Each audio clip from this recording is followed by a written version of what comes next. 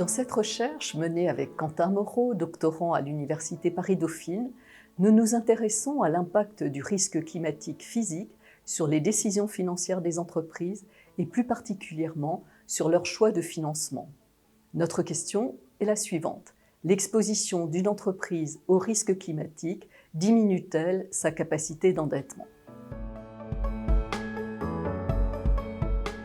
Le risque climatique peut être physique, exposition aux catastrophes naturelles, ouragans, inondations, feux de forêt, ou de transition. Dans notre recherche, nous nous intéressons uniquement au risque climatique physique.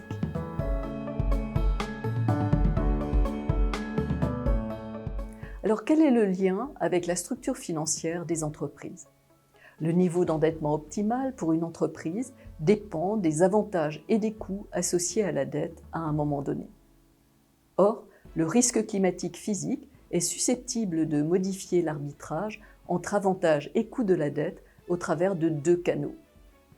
Des coûts plus importants en cas de faillite et des coûts d'exploitation plus élevés susceptibles d'augmenter la probabilité de faillite.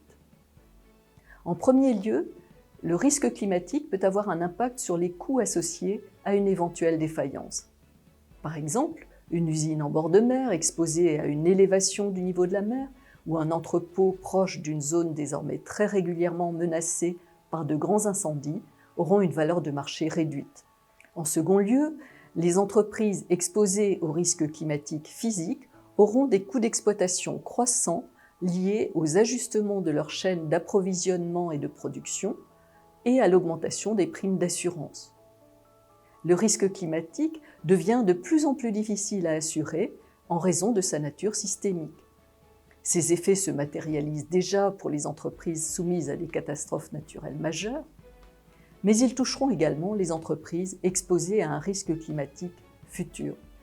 Nous faisons l'hypothèse d'un effet de substitution entre le levier d'exploitation et le levier financier. Les entreprises peuvent être amenées à réduire leur levier financier pour contrebalancer le risque que des coûts d'exploitation plus élevés augmentent leur probabilité de défaut. Quelles mesures de risque climatique utilisons-nous dans cette étude? Nous utilisons deux mesures de risque climatique physique pour chaque entreprise appartenant à l'indice MSCI World sur la période 2010-2019 à un horizon entre 2030 et 2050 selon les mesures. La première mesure, CRIS, provient de l'entreprise Carbone 4 et la seconde mesure est celle de l'entreprise 427, filiale de Moody's. Nous constatons qu'une augmentation du risque climatique physique réduit l'endettement des entreprises après l'accord de Paris de 2015. Celui-ci a entraîné une prise de conscience généralisée des risques climatiques avec des répercussions concrètes sur l'endettement des entreprises. Nous montrons également que la prise en compte du risque climatique physique apporte une information nouvelle qui n'est pas déjà intégrée dans les estimations du risque de crédit par les agences de notation.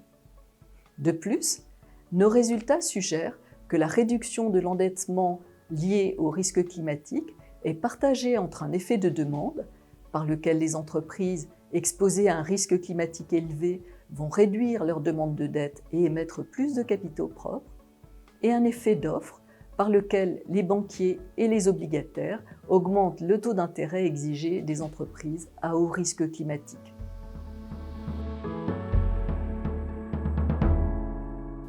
Les derniers travaux du GIEC insistent sur l'accroissement prévisible du risque climatique physique. Nous montrons dans cet article que ce risque va affecter le mode de financement des entreprises et il va falloir s'y préparer. Les entreprises très exposées au risque climatique auront besoin de plus de capitaux propres et paieront plus cher pour leurs emprunts.